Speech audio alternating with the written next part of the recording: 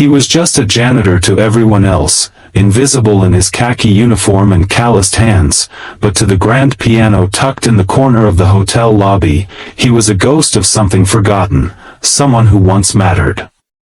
Every night after the guests left and the chandeliers dimmed, he would gently wipe the dust from the black and ivory keys, his fingers pausing like they remembered a time they belonged there. But no one ever asked his name. No one ever noticed the way his gaze lingered a little longer on the Steinway. No one, until she did. Before we continue, if you believe in kindness, second chances, and the power of unseen talent, please like, comment, share, and subscribe to Kindness Corner. Your support helps us share more emotional, uplifting stories that matter. Her name was Veronica Langford, a sharp, stunning CEO of a luxury hotel chain, known as much for her elegance as for her biting tongue. She walked like she owned the ground beneath her heels, and perhaps she did. One late evening, during an inspection visit to the hotel, she caught the janitor softly humming near the piano. She raised an eyebrow as if amused. "Do you even know what that is?" she asked, gesturing to the piano. Her voice was laced with mockery. The janitor, David, nodded gently without looking up. "Chopin's Nocturne in E-flat major," he replied, his voice calm and steady, though his heart thudded against years of shame and silence. Veronica laughed, a cruel, hollow sound.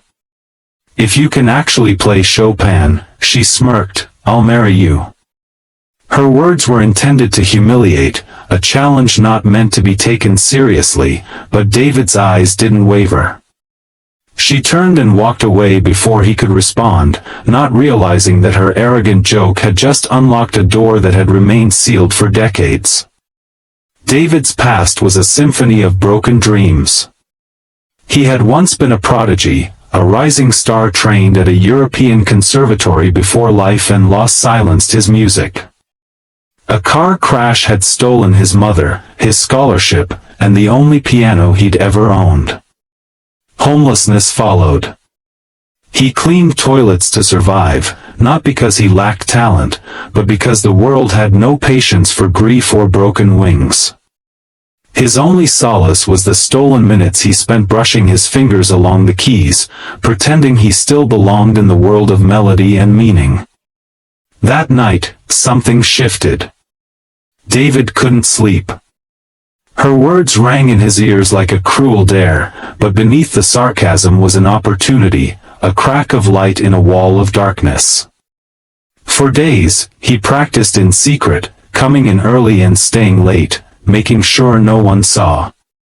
His fingers stumbled at first, stiff from years of disuse, but slowly the music returned.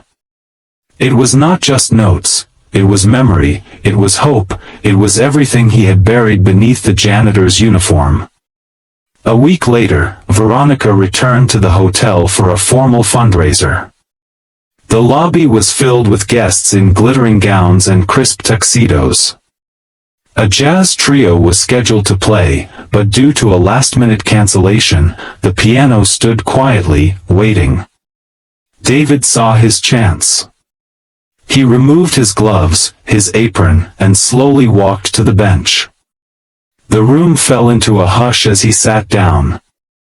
Most guests thought he was just moving the piano, maybe cleaning it. But when he placed his fingers on the keys and began to play, something incredible happened. The haunting, elegant notes of Chopin filled the lobby like a forgotten prayer. Conversations stopped. Glasses froze mid-air.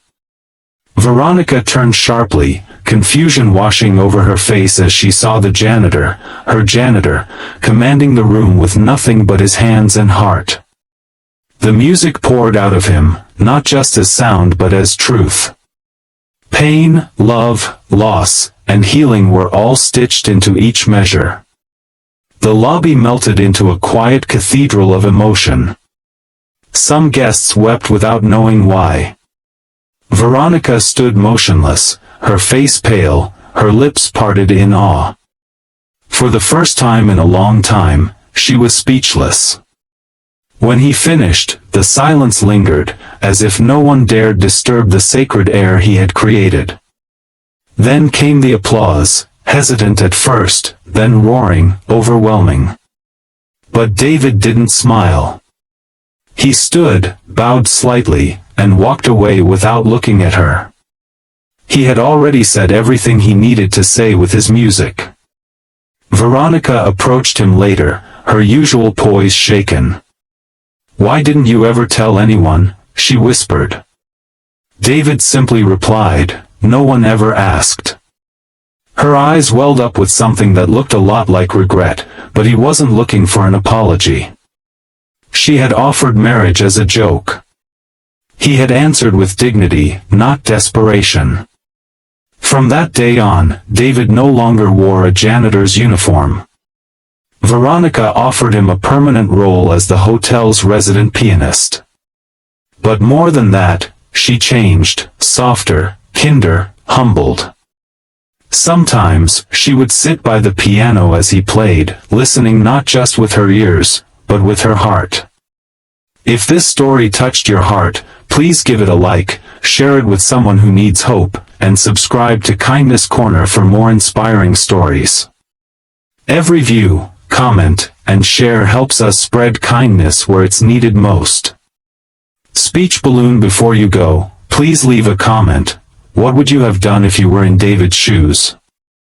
We'd love to hear your thoughts and stories.